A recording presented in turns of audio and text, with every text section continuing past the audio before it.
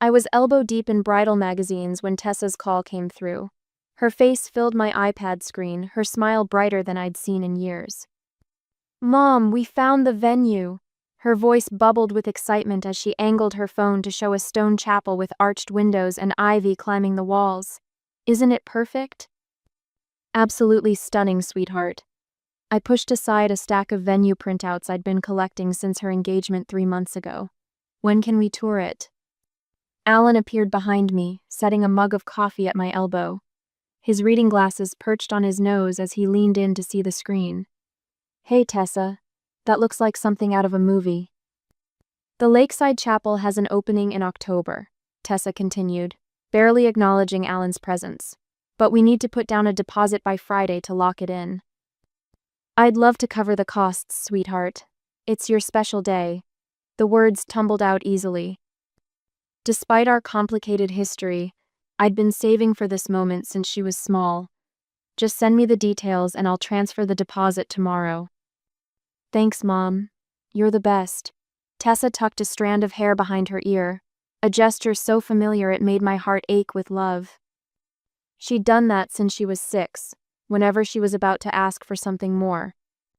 Alan moved to the stove, stirring a pot of his famous chili, the kitchen filled with the warm scent of cumin and tomatoes, a perfect counterpoint to the January chill outside our Spokane home. "I was thinking," I said, pulling my wedding planning notebook closer, "we should coordinate Alan's tux with your colors. The navy blue ties you mentioned would look." "Mom," Tessa's voice dropped several degrees, "Alan won't be attending." My hand froze mid-page turn. "What?" "This day is about my real parents," Tessa said, her tone matter-of-fact. "Me, you, and Dad." The wooden spoon in Alan's hand stopped moving. His back stiffened, but he didn't turn around. "Your father hasn't been in your life for 19 years, Tessa." My voice came out steadier than I felt. "He's still my dad." Her chin lifted slightly. "He's flying in from Australia, especially for this."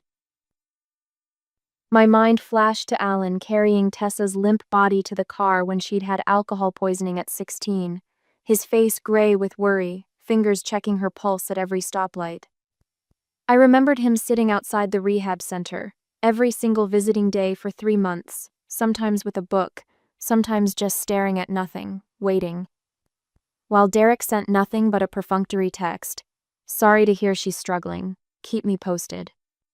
"Tessa," I said carefully, "Alan has been there for you since you were 13. He helped you move into your college dorm when you relapsed sophomore year. He co-signed your first apartment lease." She sighed, the kind that said I was being difficult. "I don't want to explain who he is to people. It's complicated." Alan placed a lid on the pot with deliberate care and walked out of the kitchen. His footsteps retreated down the hallway, followed by the soft click of his office door. "Derek will walk me down the aisle," Tessa announced, as if conferring a great honor. "Ryan's already met him. They get along great." My hand trembled as I opened the wedding budget spreadsheet on my laptop. The number at the bottom, $38,000, swam before my eyes. "So you've been in touch with Derek?" I managed to ask. "For how long?" "A few months," Tessa waved dismissively. "He wanted to be involved with the wedding planning, but with the time difference, it's been easier for me to handle things with you." How generous of him, I thought bitterly. "Can you send the venue deposit tomorrow?" Tessa's attention had already shifted. "They need $3,000 to hold the date." I stared at my daughter's face, searching for some recognition of what she was doing, the casual cruelty of it. But her expression remained expectant, impatient even, as if I were holding up an otherwise smooth transaction. "Mom, the deposit?" "I'll take care of it," I said finally, because what else could I say? This was Tessa, my daughter, the baby I'd raised alone after Derek decided fatherhood was too confining. "Thanks, gotta run meeting the florist in 20. Love you." The screen went black before I could respond. I sat motionless at the kitchen table, surrounded by bridal magazines featuring smiling mothers and daughters choosing bouquets together. The happy families, the normal ones. The door to Alan's office remained closed. From behind it came no sound at all. 2 days later, morning light spilled through the kitchen blinds as I scrolled through Tessa's Instagram feed. My coffee grew cold beside me, forgotten in the shock of what filled my screen. There she was, me daughter, arms wrapped around Derek's shoulders. His salt and pepper hair looked artfully tousled, his smile broad as he gazed at the camera. The caption twisted like a knife. So happy Dad could visit before the wedding. Blessed with the best dad. I scrolled further, each swipe of my finger revealing another piece of this fabricated history. Derek and Tessa at a wine bar. Derek and Tessa with Ryan. Derek's arm draped casually across my daughter's shoulders, as if those shoulders hadn't shaken with sobs when he missed her high school graduation. Always been there for my little girl, read his comment beneath a sunset photo. Nothing makes me prouder. The mug slipped from my fingers, clattering against the table without breaking. 19 years of absence rewritten in a dozen glossy photos. Alan set a fresh cup of tea before me, his presence so quiet I hadn't heard him enter. The gentle press of his hand on my shoulder asked questions he wouldn't voice aloud. Derek's been in contact with her for months, I said, my voice hollow in the quiet kitchen. He's playing Father of the Year. Alan's eyes flicked to the screen, then away. I'm sorry. Look at this. I tilted the screen toward him. He's telling people he helped pay for her college. Her college, Alan. The one we remortgaged the house for when she lost her scholarship. Alan pulled out a chair, the legs scraping against tile. What matters is that she got through it. What matters is the truth. My phone chimed with a new email. The wedding itinerary, sent from Tessa's wedding planner. I opened it with trembling fingers. There, prominently displayed at the top. Father of the bride, Derek Walsh. No mention of me walking her down the aisle. No mention of Alan at all. Just Derek, the man who had sent birthday cards that arrived 3 weeks late, if at all. The doorbell rang, startling us both. That'll be Ryan's mother, I said, smoothing my shirt as I stood. She wanted to drop off some family photos for the reception slideshow. Alan squeezed my hand.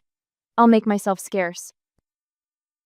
2 hours later, Catherine Walsh was a whirlwind of perfume and energy as she bustled into our living room, a leather photo album clutched to her chest. Monica, isn't this wedding planning just wonderful? She settled onto our sofa, patting the cushion beside her. Ryan says Tessa's father is flying all the way from Australia. How marvelous that he's so involved. I perched beside her, my smile fixed in place. Involved, yes.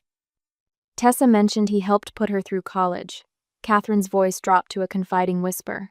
After the divorce, so admirable of him to stay connected despite the distance. The family photos in Catherine's album blurred before me. All those Christmases, birthdays, graduations with the Walshes smiling in unbroken family circles while I stood alone behind the camera documenting Tessa's life, while Alan sat in hospital waiting rooms. While Derek sent occasional texts from beaches half a world away. Actually, I began, then stopped. What would I say? That my daughter was lying? That the charming father of the bride was a fiction? My phone buzzed with a text from my sister, Laura. Just saw Tessa's posts with Derek. What's going on? Thought he hadn't been around since she was 6. The walls seemed to close in. Not just me, then. Others noticed the revisionist history, too. Are you all right, dear? Catherine touched my arm. You've gone quite pale. Just wedding jitters, I managed. So much to coordinate. After Catherine left, I sat in the silent living room, staring at the wedding budget spreadsheet still open on my laptop. $38,000 to finance a ceremony where my role had been reduced to checkbook and spectator. Alan appeared in the doorway, his reading glasses perched on his nose, a small notebook in his hand. Our household accounts. We should talk about the money, he said quietly. I've already promised it. My voice sounded flat even to my own ears. It's your decision. He sat in the armchair across from me. But if you're writing the checks, you deserve respect. An email notification slid onto my screen, from Tessa's old college roommate, Jen. Hey, Mrs. E. Saw Tessa's engagement pics. Just wanted to say I remember how you and Alan drove through that snowstorm to bring her home when she relapsed sophomore year. Some of us haven't forgotten who was really there. Something broke and mended simultaneously within my chest. "This isn't about the money," I whispered, closing the laptop. "It's about erasing what happened. Erasing you. Erasing us." Alan removed his glasses, rubbing the bridge of his nose. "What do you want to do?" I looked at our living room walls, covered with family photos. Tessa and me in her first apartment, paintbrushes in hand. Tessa and Alan at her college graduation, his arm around her shoulders as she clutched her hard-won diploma. The truth, documented and displayed. "I'm going to attend that wedding alone," I said, the decision crystallizing as I spoke it aloud, with dignity. "And afterward, I'm going to make sure she faces what really happened." Alan nodded, his eyes solemn but warm. "One step at a time." "First step," I said, reaching for my phone, "is collecting evidence of the truth." Outside our window, winter rain began to fall, washing the world in shades of gray. At the rehearsal dinner swirls around me in a blur of voices and laughter. I sit alone at table 11, not table 1 where family belongs. My carefully chosen forest green, dress the color Tessa once said brought out the gold flecks in my eyes, feels like armor now. Across the room, Derek holds court with wedding guests, his Australian accent more pronounced than I remember. Time has been kind to him, silver threading his dark hair, laugh lines framing the same blue eyes that once convinced me he'd never leave. "And then I taught her to ride her first bike," he says, his voice carrying. "Remember that, Tessie? You were so determined not to use training wheels." I grip my water glass tighter. It was Alan who taught her, in our driveway in Spokane. Alan who ran alongside her for hours, his hand steady on the seat until she found her balance. Alan who has the scar on his elbow from diving to catch her before she hit the concrete. The wedding planner, a blonde woman with an iPad and a headset, bustles past me toward Derek and his new wife, Victoria. "Mr. Walsh, when would you prefer to give your toast? Before or after dinner?" Not once has she asked me if I'd like to speak. Not once has she acknowledged my role beyond mother of the bride, table 11. I watch as Tessa introduces Derek to Ryan's college friends. "My father flew all the way from Australia." Her voice brims with pride, as if his presence represents some great sacrifice rather than belated interest. When she introduces me moments later, I'm simply, "My mom." 2 words. No explanation of who raised her, who sat through parent-teacher conferences alone, who worked extra projects to afford her dance lessons, who held her hair back during alcohol withdrawals. "The flowers look beautiful," I say when Tessa briefly sits beside me. "I've learned to offer safe topics, neutral ground." "Derek hired the florist his company uses for corporate events," she replies, eyes scanning the room for someone more important. "He knows everyone in Sydney." The words sting like paper cut small but surprisingly painful. Before I can respond, she's gone, whisked away to the bridal party table where Derek's wife Victoria has saved her a seat. Victoria with her perfect blowout and designer dress, playing mother after 17 years of complete absence. I overhear snippets as servers pour wine. "We've set aside some funds for a down payment on a house," Derek announces to Ryan's parents. "A little wedding gift." My cheeks burn. The $38,000 I've spent on this wedding, money saved from years of careful budgeting, extra design jobs, and postponed home repairs, apparently counts for nothing. "Your mother seems quiet." I turn to find Ryan's sister, Katie, sliding into the empty chair beside me. Her dark hair is pulled back in a simple ponytail, her expression curious rather than judgmental. "Just taking it all in," I reply, straightening the silverware in front of me. She studies me for a moment. "Something doesn't add up here. Ryan told me your husband Alan, right? Practically raised Tessa." A lump forms in my throat. "He did." "Then why isn't he here? And why is everyone acting like—" She gestures toward Derek, now showing wedding guests' photos on his phone. "Family is complicated," I say, the rehearsed answer feeling hollow. "Yeah, but the truth isn't." She gives me a gentle smile before rejoining her parents. The photographer moves through the room, capturing candid moments. He pauses near our table, camera lowering slightly as Tessa calls out from across the room. We need family photos. Dad, Victoria, come here with Ryan's parents. I remain seated, invisible. The photographer's eyes meet mine briefly, confusion evident in his glance. My phone vibrates with a text. Alan. Remember who you are. Remember what's true. The simple message steadies me like a hand at my back. I breathe deeply, tuck the phone away, and rise from my chair. The bathroom is mercifully empty 5 minutes later. I stand before the mirror, reapplying lipstick when the door swings open and Tessa enters. For a moment, she looks startled to find me there, as if I'm an unexpected guest rather than her mother. The earrings look beautiful on you, I say, nodding to the pearl drops I'd given her earlier, my grandmother's, worn at my own wedding. Thanks. She fidgets with them, avoiding my eyes. The awkward silence stretches between us. Tessa, I cap my lipstick, turning to face her fully. Why is it easier to embrace the father who left than the one who stayed? Her eyes widen, then narrow. Mom, not now. If not now, when? Tomorrow you'll be married, and we'll have never spoken honestly about this. She checks under the stall doors, ensuring we're alone. What do you want me to say? That I should pretend Alan is my real dad? I want you to acknowledge who was actually there for you. My voice remains steady, though my hands tremble.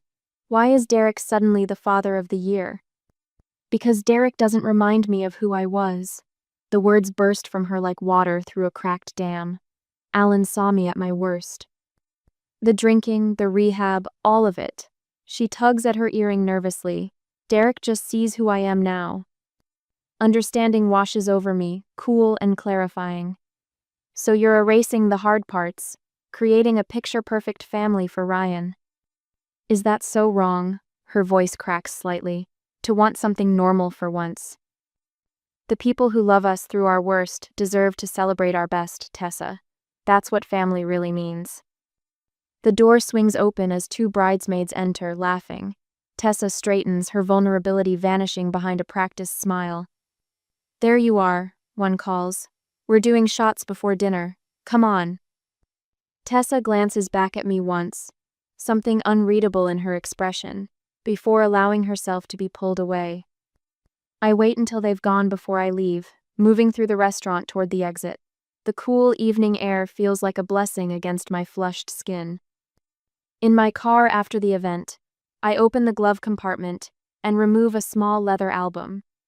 Inside are photos I've collected over the years, Alan helping Tessa move into her dorm, Alan building bookshelves for her first apartment, Alan sitting beside her hospital bed after her relapse sophomore year. Tomorrow I'll attend the wedding alone, wearing the sage dress we picked together last month. I'll smile for photos if asked. I'll dance with cousins and old friends. I'll wish the young couple well. But tonight, I allow myself to feel the weight of what's been stolen, not just my rightful place in the ceremony, but the truth of our family story. I start the car, the small album secure on the passenger seat beside me.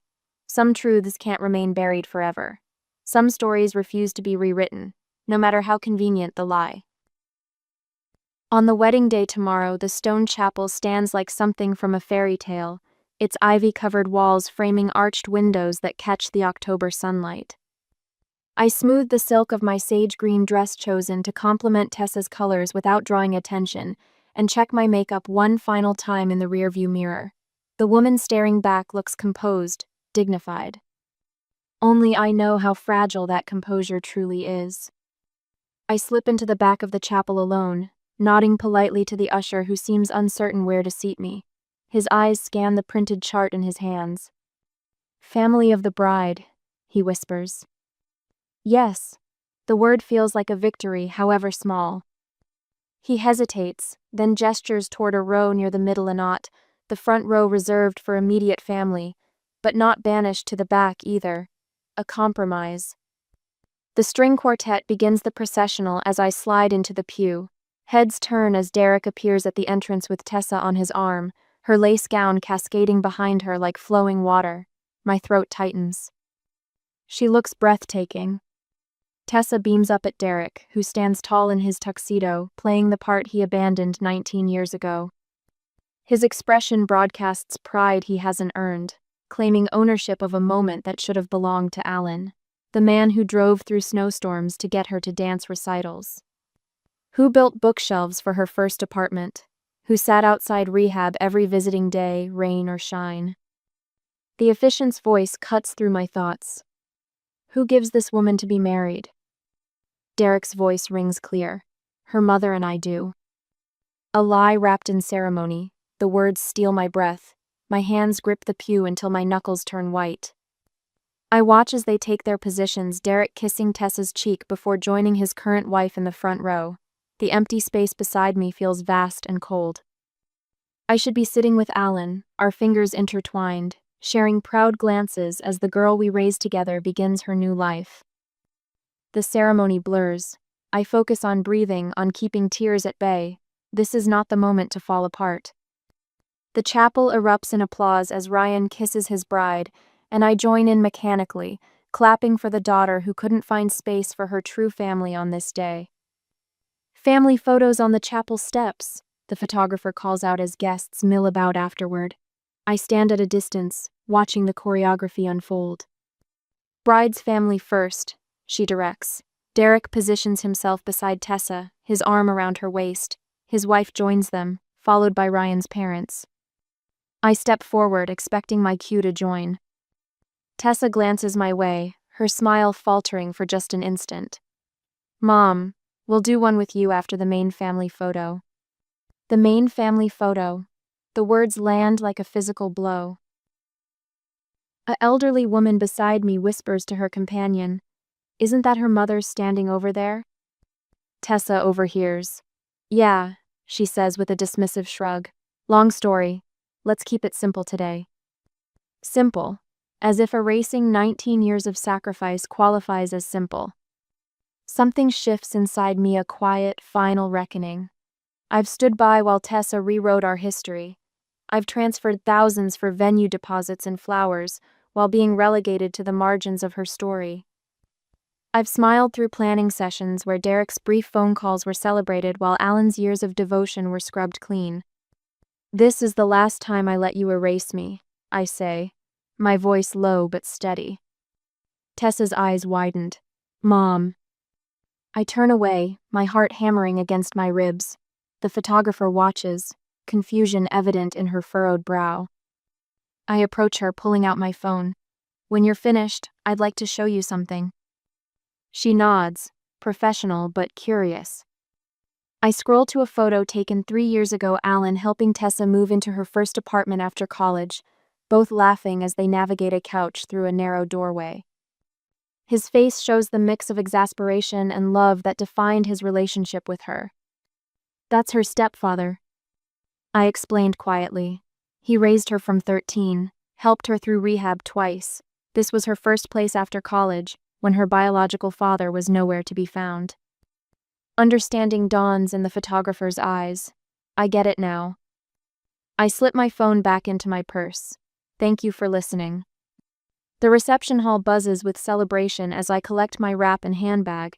I've made an appearance. I've witnessed Tessa's vows. My obligation is fulfilled. Outside, the October air feels clean in my lungs. My car sits alone in the near-empty parking area. Most guests arrive together for the ceremony and reception, like proper families do. The house is dark when I arrive home later, save for a single lamp burning in the living room window. Alan waits in his reading chair, a book open in his lap, though I doubt he's seen a single word. You're back early, he says softly. The careful composure I've maintained all day crumbles. My knees buckle. Alan crosses the room in 3 strides, catching me as I collapse against his chest. His familiar scent, laundry detergent, and the faint trace of woodshop wraps around me. I couldn't stay, I whisper through tears. She called it the main family photo, Alan, like I was an afterthought. His arms tighten around me. I feel the slight tremble in his body, his own hurt carefully contained for my sake. She'll learn someday what family really means, he says, his voice rough with emotion. I pull back, wiping tears with the back of my hand. I won't let this stand, I say. Not the lie of it. Alan cups my face between his hands. What will you do? Tell the truth. My voice strengthens with resolve. It's time Tessa faced reality, all of it. Next day, I arranged the photo albums in a semicircle on the coffee table. Each leather-bound volume told a chapter of our family story, the real one, not the airbrushed version Tessa had presented at her wedding. My fingers lingered on the most recent album, the one containing photos of Alan teaching Tessa to drive, Alan helping her move into her first apartment, Alan sitting stoically outside the rehab facility. The manila folder beside them contained the financial records: college tuition payments, rehab costs, wedding expenses, cold, hard numbers that couldn't be reimagined or dismissed. You don't have to do this, Alan said, placing a mug of tea on the side table. His eyes held a mixture of concern and resignation. I do. My voice came out steadier than I expected. For all of us. He nodded, understanding in the way only someone who's weathered storms alongside you can understand. I'll be at Tom's watching the game. Take all the time you need. The doorbell rang precisely at 3. Alan squeezed my shoulder before slipping out the back door, giving Tessa and me the privacy this conversation demanded. Tessa stood on the porch, shoulders rigid, arms crossed. Her wedding ring caught the afternoon light. She looked beautiful and defensive, a combination I'd seen countless times throughout her 26 years. Thanks for coming, I said, stepping aside to let her in. Her eyes immediately darted to the display on the coffee table. What's all this? Sit down, please. She perched on the edge of the sofa, as if ready to flee at the first sign of confrontation. The silver bangle on my wrist me mother's felt suddenly heavy. Would you like some tea? I asked. Just say whatever you need to say, Mom. I took the armchair opposite her, my hands folded in my lap to keep them from trembling. After everything I've done, why wasn't I family enough for one photo? Her eyes flickered away, focusing on the wall behind me. It wasn't about you. Then what was it about? I just wanted to imagine a perfect family the way it could have been. The words hung between us, sharp and untrue. No, I kept my voice soft but firm. You wanted a clean image, but love isn't tidy. I reached for the middle album, opening to a page I'd marked. Alan is sitting in a hospital waiting room, his face gray with exhaustion after Tessa's alcohol poisoning. The fluorescent lights caught the silver in his hair. Alan helped clean up the mess you want to forget. Tessa's fingers twisted in her lap. Ryan doesn't know. About your past? I finished for her. About the rehab stays? The relapses? A tear slipped down her cheek. She brushed it away quickly. Does Ryan know any of this? I asked, more gently. I didn't want him to know how broken I was. Her voice cracked on the word broken. I moved to sit beside her on the sofa, close but not touching. Love sees the breaks and loves anyway. That's what Alan did. The doorbell chimed again, the delivery I'd been expecting. I returned with a large package, the return address from the wedding photographer. Tessa's eyes widened. Your wedding album arrived today. I removed the cream-colored album from its protective wrapping. It was beautiful, bound in white leather with silver embossing. I opened it slowly, turning to the family section. Look, I said. Page after page of Derek standing proudly beside Tessa. Derek with Ryan's parents. Derek giving a toast. Derek walked her down the aisle. And the empty pages where mother of the bride photos should have been. A few distant shots of me sitting alone during the ceremony. Nothing more. Tessa's hand covered her mouth. I will always be your mother, I said, closing the album. But I deserve the truth. Not just for me, for you. Living inside a lie takes too much energy. Her shoulders shook with silent sobs. I'd like us to try family therapy before we move forward, I continued. And Alan's role needs to be acknowledged, not erased. He hates me now. Her voice was small, childlike. No, he's hurt. There's a difference. I placed my hand near hers on the sofa, not quite touching. Sometimes love means standing firm. The grandfather clock in the hallway ticked steadily, marking the seconds of silence between us. Outside, rain began to tap against the windows, a gentle percussion accompanying our painful symphony. Finally, Tessa nodded, a small movement so slight, I almost missed it. "I don't know how to fix this," she whispered. "We start with the truth," I said. "The rest follows." She reached for the hospital waiting room photo, studying Alan's exhausted face. "He never left," she said, as if realizing it for the first time. "No," I agreed. "He never did." The rain fell harder, washing the world outside clean, while inside, we sat surrounded by the evidence of a family's true history, messy, painful, and real. The evening air carries a hint of lilac as Alan and I sit on our back porch. 3 months since the wedding, 3 months of silence from Tessa. I rest my head against his shoulder, his familiar scent of cedar and coffee wrapping around me like a shield. "The hydrangeas are coming in nicely," he says, pointing to the corner of our garden where blue flowers unfurl against the fence he built last summer. "Your careful pruning paid off." I squeeze his hand. For once, we're talking about flowers instead of my daughter. Progress. My phone buzzes. I almost didn't check it. These quiet moments with Alan have become sacred after weeks spent rebuilding what Tessa's wedding nearly broke. But habit wins. The screen illuminates with a message that stops my breath. "Can we talk about family therapy?" 5 words from Tessa. 5 words that hang between hope and hurt.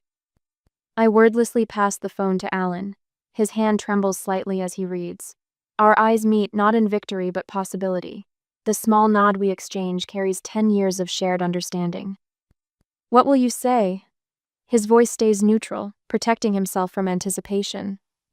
"That I'll think about it." I take the phone back, set it face down on the table. And I will think about it. The wind chimes Alan hung when we first moved in tinkle softly, marking time in musical fragments. They played the same melody the evening Tessa came home from rehab, when Alan stood on this very porch waiting with a blanket because she always felt cold during recovery. "She's learning," he says finally. "That's something." Derek stopped calling her. The words spill out before I can catch them.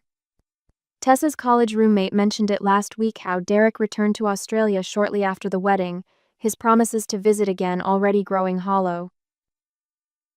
Alan's jaw tightens, but his voice stays gentle. History repeats. I don't want to be right about him, and I don't. Being right means Tessa hurts again. No, Alan agrees, but better she sees the truth now than spends another decade chasing his approval. The porch swing creaks beneath us, the rhythm as familiar as my heartbeat.